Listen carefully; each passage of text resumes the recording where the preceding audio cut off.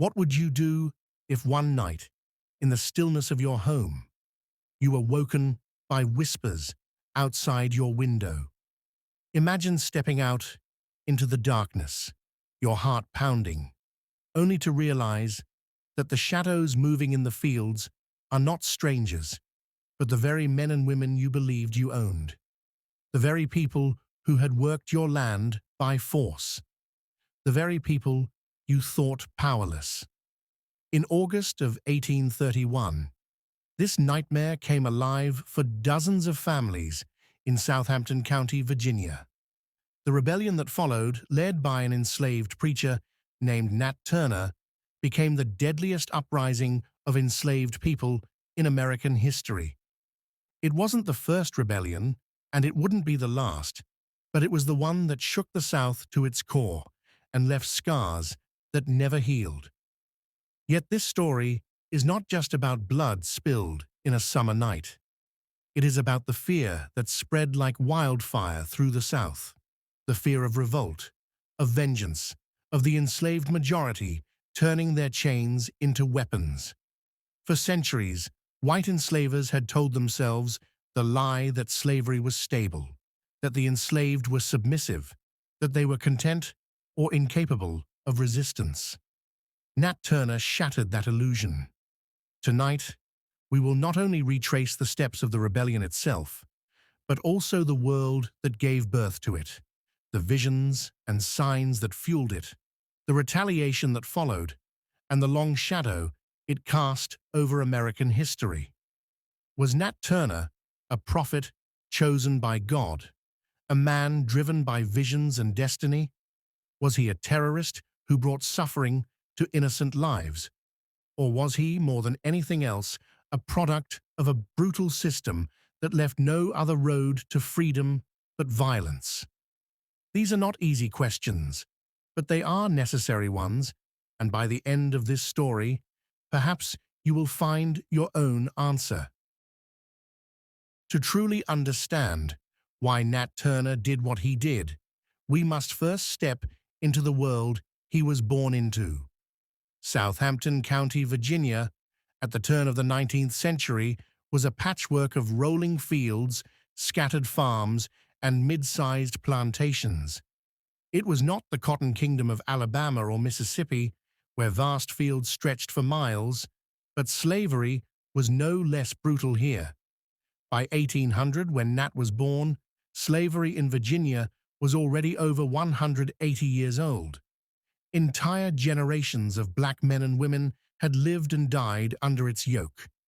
Nearly 1 in 3 people in Southampton was enslaved, a staggering statistic that meant slavery was not the exception. It was the rule, woven into the very fabric of society.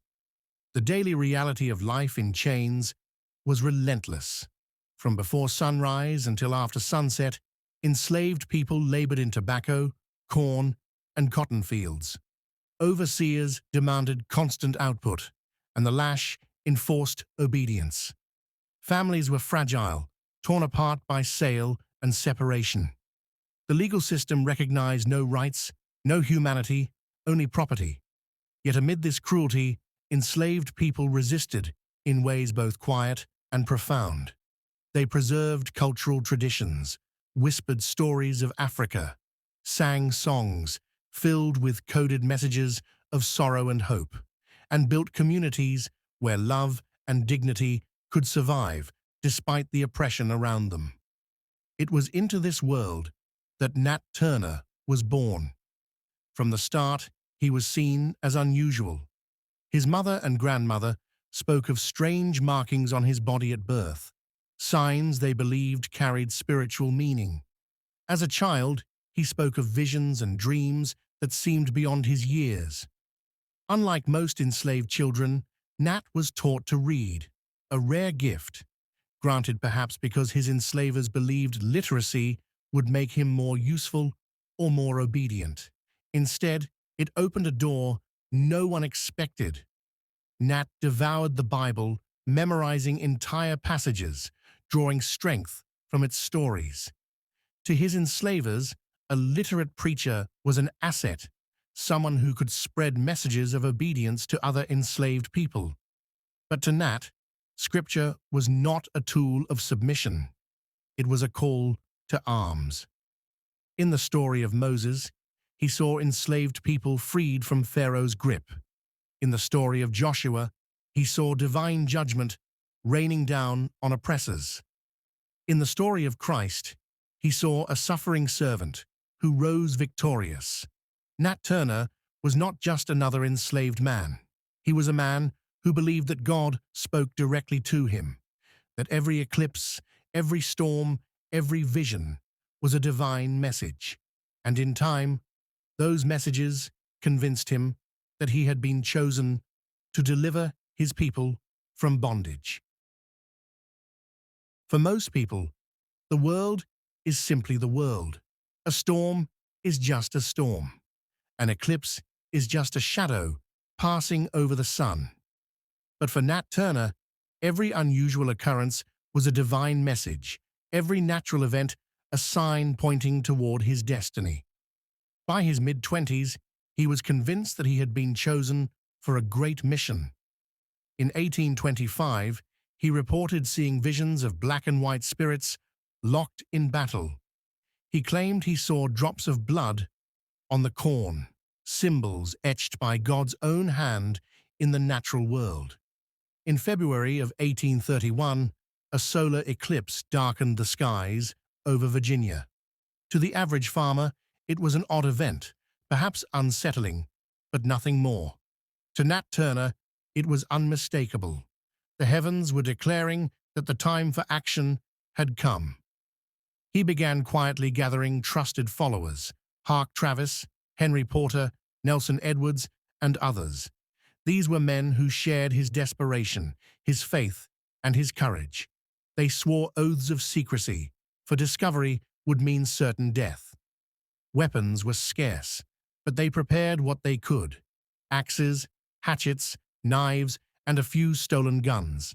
Their mission was both terrifying and simple: strike swiftly, free enslaved people as they went, gather strength, and march toward Jerusalem, the county seat, where they could seize the armory and secure firearms. Nat believed that once they began, enslaved people across Virginia would rise up in solidarity, creating a tidal wave too large for whites to stop. Yet Nat was cautious. He delayed the rebellion multiple times, waiting for a sign that the moment was right.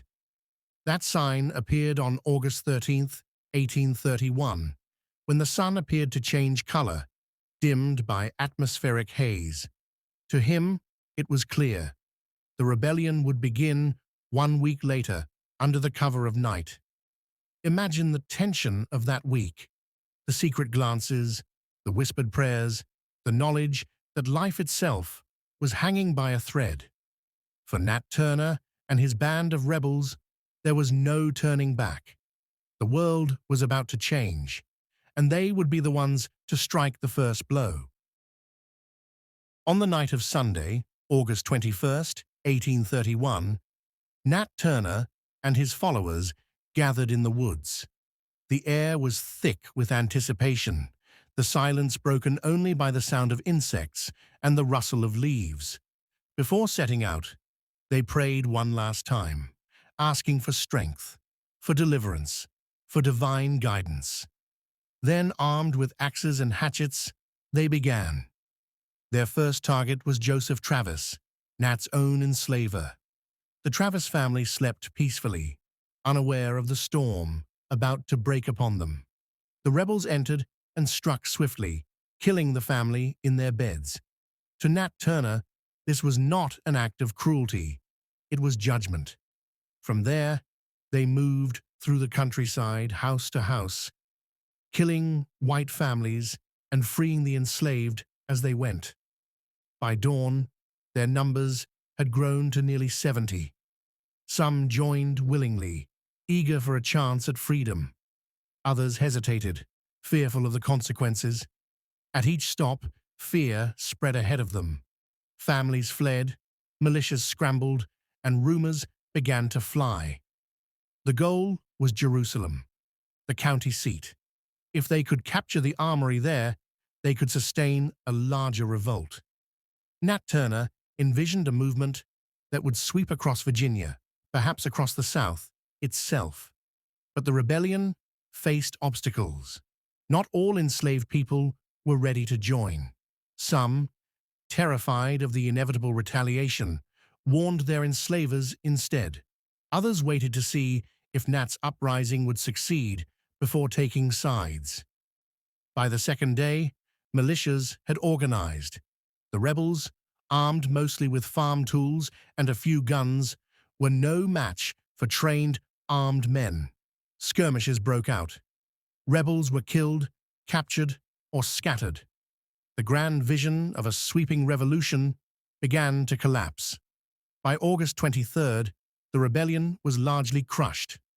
Nat Turner himself escaped into the woods, a fugitive, while his followers paid with their lives. Yet even in its short span, the rebellion had left an indelible mark. Nearly 60 whites were dead, the largest death toll of any slave uprising in American history. But more than the deaths, it was the fear, the realization that the enslaved could and would rise up, that would change the South forever. The rebellion lasted only 2 days, but the panic it created lasted far longer. News traveled quickly, often distorted and exaggerated. Rumors spread that uprisings were breaking out across the state, that thousands of enslaved people were marching, that towns were burning. None of this was true, but truth didn't matter. The South was already haunted by the specter of Haiti, where enslaved people had risen up decades earlier and overthrown their enslavers. Now those nightmares seemed to be coming true in Virginia. White families armed themselves, militias patrolled, and mobs roamed the countryside. Retaliation was swift and merciless. Militias and angry whites killed an estimated 200 black people, many of whom had nothing to do with the rebellion. Men, women, and even children were hunted down. Some were executed after hasty trials, but most were murdered without any legal process at all. Entire communities of black people, both enslaved and free, lived in terror. Free black people, already living under constant suspicion, saw their freedoms stripped away. The violence was not just vengeance, it was a warning. It was meant to remind every enslaved person of the consequences of resistance. Yet beneath the fury was a deeper truth. The rebellion had exposed the fragility of slavery. White society wanted to believe slavery was stable, even benevolent. But Nat Turner had shown it was a system built on fear, and fear was now spreading like wildfire. For more than 2 months after the rebellion, Nat Turner evaded capture. His very absence was a source of terror. Rumors said he was gathering a new army, hiding in plain sight, preparing to strike again. In truth, he was alone, surviving in the woods and swamps, living off roots and berries, moving by night, hiding by day. On October 30th, 1831, he was finally captured, hiding in a pit covered with fence rails. He was weak, exhausted, but unbroken. At his trial, Nat Turner did something few expected. He confessed openly. He described his visions, the signs he had seen, and his conviction that God had chosen him to act. He expressed no remorse. Asked if he regretted the deaths, he said he did not. He believed he had fulfilled his divine mission, and if given the chance, he would do it again. On November 11th, 1831, Nat Turner was executed by hanging. His body was mutilated, his head displayed, his remains turned into grotesque trophies. The system that had sought to erase him instead immortalized him. In the North, abolitionists pointed to the rebellion as proof that slavery was unsustainable, that no people would endure bondage forever. In the South, enslavers used it as justification for harsher control, stricter laws, and deeper repression. Nat Turner had not ended slavery, but he had revealed its cracks. His rebellion, though brief and bloody, had forced the South to confront the reality it most feared. The enslaved were not passive, and they would never stop resisting. Nat Turner's rebellion was over in 2 days, but its echoes lasted for generations. In its immediate aftermath, Virginia's legislature debated whether to abolish slavery altogether, not out of morality, but out of fear. Some argued that slavery was too dangerous to sustain, that it invited rebellion. But in the end, the decision went the other way. The state chose not freedom, but repression. Laws were tightened. Enslaved people were forbidden to gather for worship without white supervision. Teaching an enslaved person to read became a crime. Free black people faced harsher restrictions, their movements curtailed, their communities watched.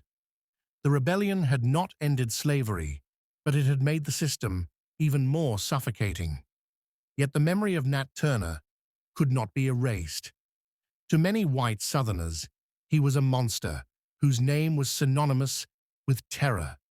To enslaved people and to later generations of African Americans, he was a prophet, a martyr who dared to fight back when no one else could. Even today, Nat Turner remains one of the most controversial figures in American history. Was he a hero or a villain, a liberator or a murderer? Perhaps the answer depends on where you stand. What cannot be denied is that his rebellion exposed the lie of slavery's stability. It revealed a system built on violence, maintained by fear, and always on the edge of collapse.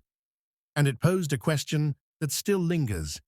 When every peaceful path to freedom is closed, when generations live and die in chains, when laws themselves deny your humanity, what choice is left? Nat Turner answered with blood and fire. Whether we see him as prophet or madman, his rebellion forces us to confront the reality of slavery and the desperation it created. It reminds us that history is never clean, never simple, and never free of pain. What do you think? Was Nat Turner right to rise up, or was his rebellion a tragic mistake that brought more suffering than liberation? What did you think about today's video?